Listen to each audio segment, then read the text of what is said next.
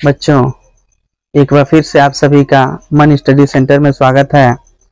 आज आप लोगों को कक्षा 10 का भौतिक विज्ञान का पहला चैप्टर जो समतल पृष्ठों पर प्रकाश का परावर्तन है, इसके अंतर्गत हम आप लोगों को बता दें कि ये प्रकाश क्या होता है, प्रकाश का परावर्तन क्या होता है, प्रकाशिक माध्यम क्या होता है, किरण क्या होता है, किरण पुंज क्या होता है, प्रकाश का परावर्तन क्या होता है, परावर्तन किन किन नियमों का पालन करता है। इस चैप्टर के अंतर्गत हम ये सब पढ़ेंगे। तो आइए सबसे पहले देखते हैं लाइट।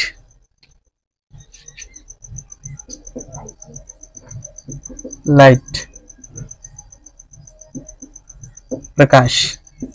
ये प्रकाश क्या होता है? देखिए बच्चों, प्रकाश एक प्रकार की ऊर्जा है। प्रकाश क्या है? एक प्रकार की ऊर्जा है जो दिखाई नहीं देती है। प्रकाश ऐसी ऊर्जा है जो दिखाई नहीं देती है और यह दृष्टि ज्ञान को जागृत करती है। दृष्टि ज्ञान को जागृत करती है, इसका मतलब किसी भी वस्तु को यह देखने में सहायक होता है। आप लोग सोच रहे होंगे कि सर जी कैसे कह रहे हैं कि प्रकाश दिखाई नहीं देता है, हम तो दिन होता है तो प्रकाश देखते हैं और रात होता है तो प्रकाश दिखाई नहीं देता है। लेकिन नहीं बच्चों, अगर मान लीजिए कि आप कह रहे हैं कि प्रकाश दिखाई देता है तो हम कहें कि आपके आंख पे टॉर्च जलाते हैं, बताइए आपको कुछ दिखाई दे रहा है? तो आप कहेंगे ना हमको तो कुछ दिखाई नहीं दे रहा है। क्यों नहीं दिखाई दे रहा है? अगर प्रकाश दिखाई देता तो दिखाई देना चाहिए ना। तो प्रकाश दिखाई नहीं देता है बच्चों। क्या होता है? प्रकाश की वजह से किसी भी वस्तु को हम लोग आसानी से देख पाते हैं। मतलब ये जो प्रकाश है केवल दृष्टि ज्ञान को जागृत कर सकता है। क्या कहलाता है? प्रकाश कहलाता है। प्रकाश एक प्रकार की ऊर्जा है। प्रकाश एक प्रकार की क्या है? ऊर्जा है जो दृष्टि ज्ञान को जागृत करता है, मतलब किसी वस्तु को देखने में सहायक होता है। तो ऐसी को हम लोग क्या कहेंगे? प्रकाश कहेंगे। बात समझ में आ रहा है ना? प्रकाश सबको समझ में आ रहा है? प्रकाश एक प्रकार की ऊर्जा है जो दिखाई नहीं देती, दृष्टि ज्ञान को जागृत करती है। ये प्रकाश के गुण निम्नलिखित हैं। प्रकाश के गुण क्या है? निम्नलिखित है। पहला, प्रकाश के गुण समझिएगा। प्रकाश सदैव सीधी रेखा में चलती है। प्रकाश सदैव सीधी रेखा में चलती है। और ये जो प्रकाश होता है यह निर्वात में भी गमन करती है, मतलब निर्वात में भी चलती है। इसको चलने के लिए केवल किसी माध्यम की आवश्यकता नहीं, बिना माध्यम का ये प्रकाश एक स्थान से दूसरे स्थान तक चलती है। मतलब इसके लिए किसी माध्यम की आवश्यकता नहीं होती है। तो प्रकाश सीधी रेखा में चलती है, इसके लिए किसी माध्यम की आवश्यकता नहीं होती है। और ये तीसरा गुण, प्रकाश जो होता है अदृश्य होता है। क्या होता है? अदृश्य होता है। मतलब ये प्रकाश दिखाई नहीं देता है। प्रकाश अदृश्य होता है। क्या होता है? अदृश्य होता है, मतलब ये दिखाई नहीं देता है। यह दृष्टि ज्ञान को जागृत करता है। यह दृष्टि ज्ञान को क्या करता है? जागृत करता है। दृष्टि ज्ञान को जागृत करता है। अदृश्य होता है और ये सदैव सीधी रेखा में चलता है। प्रकाश जो है सदैव किस रेखा में चलता है? सीधी रेखा में चलता है। दृष्टि ज्ञान को जागृत करता है और ये प्रकाश जो होता है अदृश्य होता है। और इसके बाद से देखेंगे ये जो प्रकाश होता है, प्रकाश अगर दृश्य प्रकाश की बात की जाए तो दृश्य प्रकाश की तरंगदैर्घ्य जो होता है 4000 एंगस्ट्रॉम से 4000 एंगस्ट्रॉम से 4000 एंगस्ट्रॉम से 8000 एंगस्ट्रॉम के बीच में होता है। ये जो प्रकाश होता है, प्रकाश की तरंगदैर्घ्य, किस प्रकाश की तरंगदैर्घ्य? दृश्य प्रकाश की। अब ये जो प्रकाश की किरणें होती हैं, किरण क्या होता है अभी बता रहे हैं आप लोगों को, ये प्रकाश का गुण बता लें। ये प्रकाश की किरणों की जो तरंगदैर्घ्य होती है वो 4000 एंगस्ट्रॉम से 8000 एंगस्ट्रॉम के बीच में होता है। ये प्रकाश का गुण समझ में आ रहा है ना आप लोगों को बच्चों? तो प्रकाश जिस मार्ग से गमन करता है, प्रकाश जिस मार्ग से गमन करता है, मतलब प्रकाश जिस रास्ता से चलता है, वो रास्ता पिच पकड़ के थोड़े नहीं चलता है, आरसीसी पकड़ के थोड़े नहीं चलता है। मतलब वो प्रकाश की किरणें जो प्रकाश जहां से गुजरता है वहां से चलता है ना एक स्थान से दूसरे स्थान तक। मतलब फला जगह देख रहे हैं कि लाइट जल रहा है तो किरण आ रही है तब ना देख पा रहे हैं कि लाइट वहां पे जल रही है। प्रकाश चल रहा है वहां पे। इसका मतलब क्या? इसका मतलब ये जो प्रकाश होता है, जो प्रकाश का मार्ग होता है, प्रकाश के मार्ग को ही प्रकाश का किरण कहते हैं। प्रकाश के मार्ग को ही प्रकाश का किरण कहते हैं। प्रकाश के मार्ग को ही क्या कहते हैं? प्रकाश का किरण कहते हैं। और कभी भी प्रकाशिक वस्तु से प्रकाश की किरणें निकलती हैं तो अकेले नहीं निकलती हैं, कभी भी किरणें निकलेंगी तो समूह के रूप में निकलेंगी। और प्रकाश के किरणों के समूह को किरण पुंज कहते हैं। प्रकाश के किरणों के समूह को क्या कहते हैं बच्चों? किरण पुंज कहते हैं। प्रकाश के किरणों के समूह को किरण पुंज कहते हैं। समझ में आ रहा है? किरण पुंज, प्रकाश के किरणों के समूह को, प्रकाश के किरणों के समूह को क्या कहते हैं? किरण पुंज कहते हैं। और ये जो किरण पुंज होता है यह 3 प्रकार का होता है। कितने प्रकार का होता है? 3 प्रकार का होता है। अभिसारी किरण पुंज, अपसारी किरण पुंज और समांतर किरण पुंज। किरण पुंज कितने प्रकार का हो गया? 3 प्रकार का। किरण पुंज कितने प्रकार का हो गया? 3 प्रकार का। अभिसारी किरण पुंज, अपसारी किरण पुंज और समांतर किरण पुंज। समझ में आ रहा है? किरण पुंज कितने प्रकार का हो गया? किरण पुंज 3 प्रकार का हो गया। अभिसारी किरण पुंज, अपसारी किरण पुंज और समांतर किरण पुंज। मतलब किरण पुंज कितने प्रकार का हो गया? 3 प्रकार का हो गया। इससे पहले हम आप लोगों को बता दें थोड़ा सा कि वे सभी वस्तुएं जो प्रकाश उत्पन्न करती हैं, वे सभी वस्तुएं जो प्रकाश उत्पन्न करती हैं, उन सभी वस्तुओं को प्रकाशिक वस्तुएं कहते हैं। और प्रकाशिक वस्तुएं 2 प्रकार की होती हैं, एक दीप्त होता है और दूसरा अदीप्त होता है। मतलब एक प्रदीप्त और दूसरा अदीप्त। कुछ ऐसी वस्तुएं होती हैं जो प्रकाश स्वयं उत्पन्न करती हैं और कुछ ऐसी वस्तुएं होती हैं जो प्रकाश किसी दूसरे से लेके उत्पन्न करती हैं। मतलब 2 प्रकार का हो गया ना। कुछ वस्तुएं जो प्रकाश स्वयं उत्पन्न करती हैं, ऐसे वस्तुओं को दीप्त वस्तुएं कहती हैं या प्रदीप्त वस्तुएं कहते हैं। और वे वस्तुएं जो प्रकाश किसी दूसरे से लेके उत्पन्न करती हैं, उन सभी वस्तुओं को क्या कहते हैं? अदीप्त वस्तुएं कहते हैं। अरे समझ, अदीप्त वस्तुएं समझ में आ रहा है, प्रदीप्त वस्तुएं समझ में आ रहा है, प्रकाश का किरण समझ में आ रहा है, किरण पुंज समझ में आ रहा है। तो ये किरण पुंज कितने प्रकार का बताया? अभी किरण पुंज बताया बच्चों आप लोगों को 3 प्रकार का। कितने प्रकार का बताया? 3 प्रकार का बताया। देखिए कौन कौन सा किरण पुंज 3 प्रकार का। पहला हो गया अभिसारी, अभिसारी किरण पुंज, अभिसारी किरण पुंज। दूसरा हो गया अपसारी, अपसारी किरण पुंज। और तीसरा हो गया समांतर किरण पुंज, समांतर किरण पुंज। ये किरण पुंज कितने प्रकार का हो गया? 3 प्रकार का हो गया। अभिसारी किरण पुंज, अपसारी किरण पुंज और समांतर किरण पुंज। समझ में आ रहा ना? अब देखते हैं अभिसारी किरण पुंज क्या कहलाता है। अभिसारी किरण पुंज क्या कहलाता है? यदि किसी प्रकाशिक स्रोत से प्रकाश की किरणें निकलकर किसी एक बिंदु पर इकट्ठा हो जाती हैं, जैसे मान लीजिए ऐसे,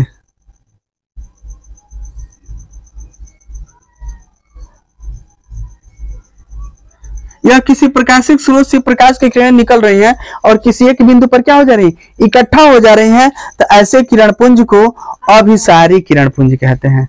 यदि किसी प्रकाशिक स्रोत से प्रकाश की किरणें निकलकर किसी एक बिंदु पर इकट्ठा हो जाती हैं तो ऐसे किरण पुंज को अभिसारी किरण पुंज कहते हैं। और जब किसी प्रकाशिक स्रोत से प्रकाश की किरणें निकलकर फैल जाती हैं, यदि किसी प्रकाशिक स्रोत से प्रकाश की किरणें निकलकर क्या हो जाती हैं? फैल जाती हैं। जैसे बल्ब देखे ना, बल्ब से जब प्रकाश की किरणें निकलेंगी तो चारों तरफ फैल जाएंगे, लेकिन जब टार्च देखेंगे कि टार्च से जो प्रकाश की किरण निकलेगा लगभग एक जगह पे फोकस करेगा, एक जगह पे केंद्रित हो जाएगा। तो प्रकाश की किरण किसी एक बिंदु पर इकट्ठा हो जाए, अभिसारी किरण पुंज होगा।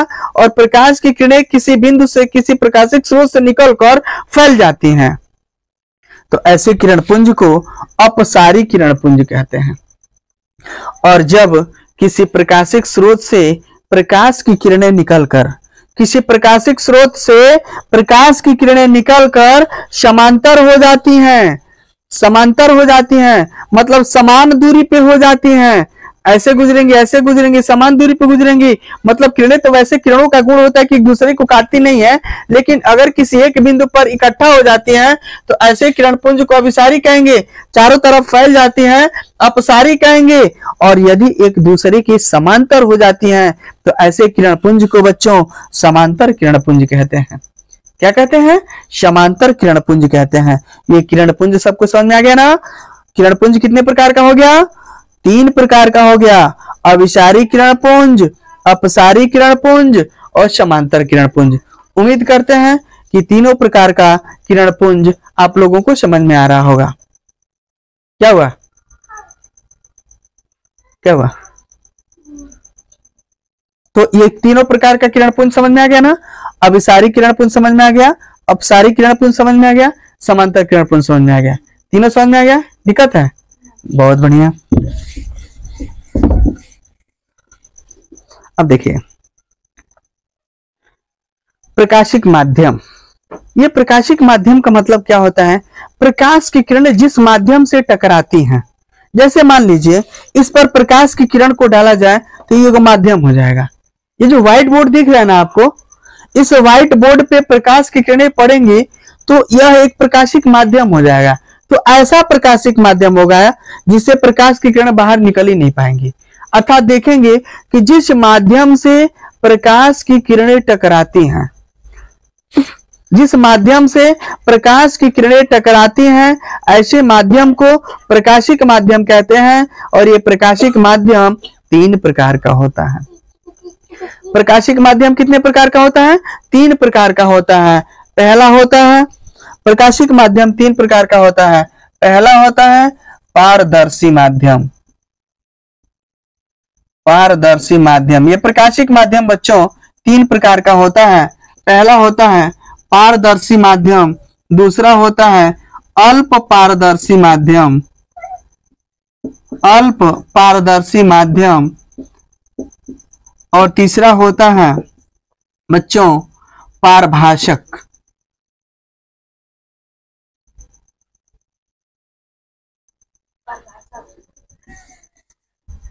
तीसरा होता है अपारदर्शी माध्यम। यही जो अल्प पारदर्शी माध्यम है, इसी माध्यम को पारभाषक माध्यम भी कहते हैं। क्या कहते हैं? पारभाषक माध्यम। ये प्रकाशिक माध्यम कितने प्रकार का हो गया बच्चों? 3 प्रकार का हो गया। दिखाई दे रहा नहीं आता? प्रकाशिक माध्यम कितने प्रकार का हो गया? 3 प्रकार का हो गया। एक पारदर्शी माध्यम हो गया, दूसरा अल्प पारदर्शी माध्यम हो गया, और तीसरा अपारदर्शी माध्यम हो गया। ये पारदर्शी माध्यम का मतलब होता है जैसे वायु, फील किया ना, वायु से अगर प्रकाश की किरणें गुजरे तो पूर्ण रूप से बाहर निकल जाती है। ये जो गैसें हैं, गैसों से प्रकाश की किरणों को गुजारा जाए, टकराया जाए, तो गैसों से होकर प्रकाश की किरणें पूर्ण रूप से बाहर निकल जाती हैं। तो ऐसे माध्यम को पारदर्शी माध्यम कहते हैं। ऐसा प्रकाशिक माध्यम जिनसे प्रकाश की किरणें पूर्ण रूप से टकरा के बाहर निकल जाती हैं, ऐसे माध्यम को पारदर्शी माध्यम कहते हैं। ये अल्प पारदर्शी माध्यम या पारभाषक माध्यम ऐसा माध्यम होता है जिनसे प्रकाश की किरणें टकरा कर कुछ बाहर निकल जाती हैं और कुछ परावर्तित हो जाती हैं। ऐसे माध्यम को अल्प पारदर्शी माध्यम कहते हैं। जैसे इसके अंतर्गत देखा जाए, उदाहरण के रूप में, तो घिसा हुआ कांच हो जाएगा, जल हो जाएगा, और पेज पे लगा हुआ तेल हो जाएगा। अगर पेज पे तेल लगा हो तो उससे प्रकाश की किरणें कुछ बाहर निकल जाएंगी और कुछ रिफ्लेक्ट हो जाएंगी, परावर्तित हो जाएंगी। तो ऐसे माध्यम को अल्प पारदर्शी माध्यम कहते हैं। और कुछ माध्यम ऐसा होता है जिनसे प्रकाश की किरणें बिल्कुल नहीं जा पाती हैं बाहर, तो ऐसे माध्यम को अपारदर्शी माध्यम कहते हैं। जैसे इस बोर्ड के पीछे आपको खड़ा कर दिया जाए, आप बोर्ड पे प्रकाश की किरण को जलाया जाए, प्रकाश की किरण को डाला जाए, इधर उधर न भेजा जाए, तो आपको पीछे से पता चलेगा क्या कि प्रकाश चल रहा है कि नहीं चल रहा है? नहीं पता चलेगा ना। तो इसका मतलब ऐसे माध्यम को अपारदर्शी माध्यम कहते हैं। क्या कहते हैं? अपारदर्शी माध्यम। ये प्रकाशिक माध्यम समझ में आ गया? कितने प्रकार का होता है? 3 प्रकार का होता है। पारदर्शी माध्यम, अल्प पारदर्शी माध्यम और अपारदर्शी माध्यम। ये तीनों माध्यम समझ में आ गया ना। अब आपको बताते हैं रिफ्लेक्शन ऑफ लाइट, प्रकाश का परावर्तन। क्या देखा जाए? रिफ्लेक्शन ऑफ लाइट, प्रकाश का परावर्तन। चलिए देखते हैं रिफ्लेक्शन ऑफ लाइट। देखिए reflection of light, reflection of light, प्रकाश का परावर्तन। देखिए प्रकाश का परावर्तन, प्रकाश का परावर्तन। देखिए प्रकाश का परावर्तन, देखिए प्रकाश का परावर्तन समझने का कोशिश करिए, डोंट टॉक। प्रकाश का परावर्तन समझिए। प्रकाश के परावर्तन का मतलब होता है यदि किसी अपारदर्शी माध्यम में प्रकाश के किरणों को डाला जाता है। ये प्रकाश का अपारदर्शी माध्यम है, ये प्रकाश का अपारदर्शी माध्यम है। यदि इन पर प्रकाश की किरणों को डाला जाता है तो जिस माध्यम से प्रकाश की किरणों को डाला जाता है, प्रकाश की किरणें उसी माध्यम में मुड़ जाती हैं। देखिए यदि किसी अपारदर्शी माध्यम में, ये कांच है, इसके एक तरफ के कलई कर दिए हैं, समझ रहे ना, एक तरफ को पेंट लगा दिए हैं, अब दूसरे तरफ का चिकना वाला तल पर प्रकाश की किरण को डाला जा रहा है। तो जिस माध्यम से प्रकाश की किरण को डाला जा रहा है, प्रकाश की किरण उसी माध्यम में चली जा रही है, तो इसी घटना को प्रकाश का परावर्तन कहते हैं। मतलब यदि किसी अपारदर्शी माध्यम में प्रकाश के किरण को आपतित किया जाता है, डाला जाता है, तो प्रकाश की किरणें उसी माध्यम में चली जाती हैं। इस घटना को प्रकाश का किरण कहते हैं। जिस किरण को अपारदर्शी माध्यम में डाला जाता है, उस किरण को आपतित किरण कहते हैं, आपतित किरण कहते हैं। जिस किरण को किसी माध्यम में डाला जाता है, उस किरण को आपतित किरण कहते हैं। जो माध्यम से टकराने के पश्चात जो किरण मुड़ जाती है, इस किरण को परावर्तित किरण कहते हैं, परावर्तित किरण कहते हैं।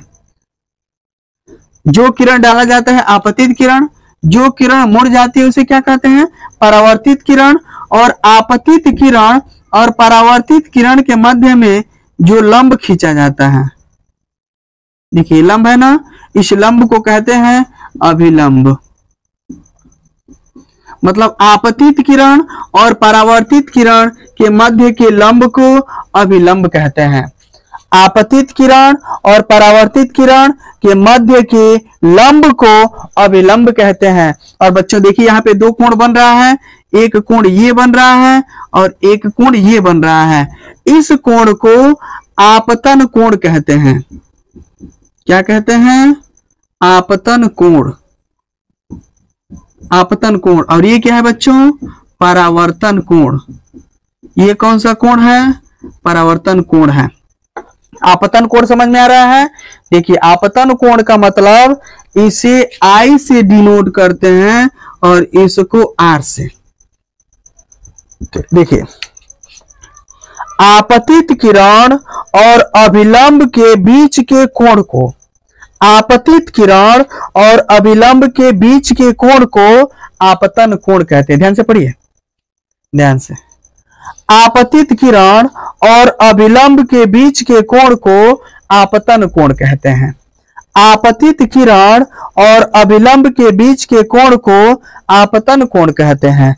और परावर्तित किरण और अभिलंब के बीच के कोण को परावर्तन कोण कहते हैं। परावर्तित किरण और अभिलंब के बीच के कोण को परावर्तन कोण कहते हैं।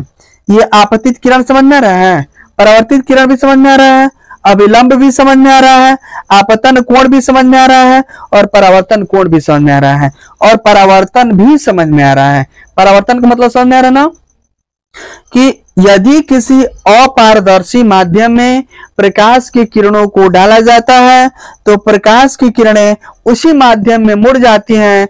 इस घटना को प्रकाश का परावर्तन कहते हैं और इस तल को परावर्तक तल कहते हैं। जिस तल से प्रकाश का परावर्तन हो रहा है उस तल को परावर्तक तल कह रहे हैं।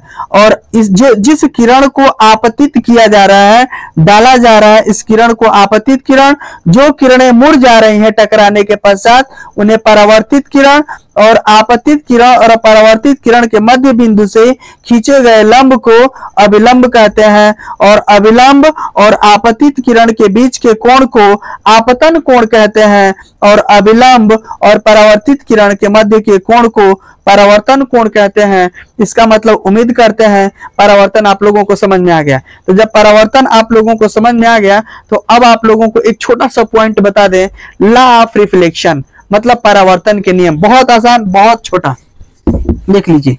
लॉ ऑफ रिफ्लेक्शन, परावर्तन के नियम। परावर्तन के दो नियम है। परावर्तन के दो नियम है, law of reflection, law of reflection.